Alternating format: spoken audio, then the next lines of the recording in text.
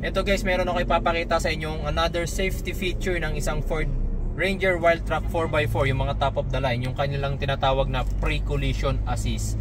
Yung hindi kanila hayaang bumangga guys. Pagka meron ka na mababangga sa harap mo, mag-a-alarm yung sasakyan and then tutulungan kanila, mag-a-apply sila ng brakes. Okay, so hanap lang tayo ng sweet spot na may example ko sa inyo. Actually, mas maganda yung pre-collision assist nito ngayon.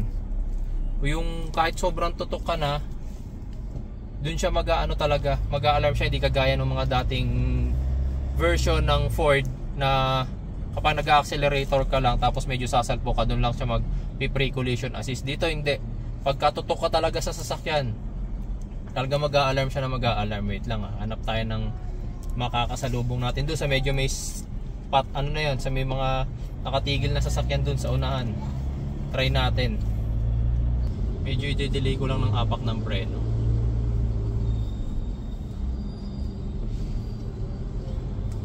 Actually, kahit sa nakaparadang sasakyan pwede eh. Meron mo nakaparadang sasakyan sa gilid. Wala rin ata eh, no?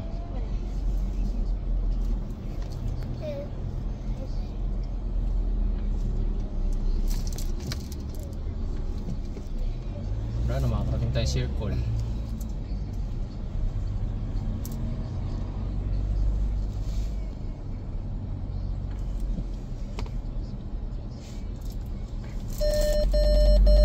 Yan, kagaya niyan guys.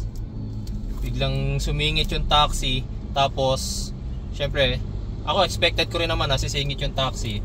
Pero si vehicle natin, na-detect niya yung biglang pagpasok ng taxi. So nag-alarm siya and then nag-apply siya ng brakes. Kasabay din siguro or medyo nauna lang siya sa akin ng pagbe-brake. So ayun, ewan ko na lang pag kayo pa nabangga pa pagka gumagamit kayo ng gantong klase ng sasakyan. Kasi ito talaga, tutulungan kayo mag-brakes. Hindi lang siya basta nag-a-alarm guys Kasi kami nararamdaman namin nag-a-apply siya ng brake talaga. Okay?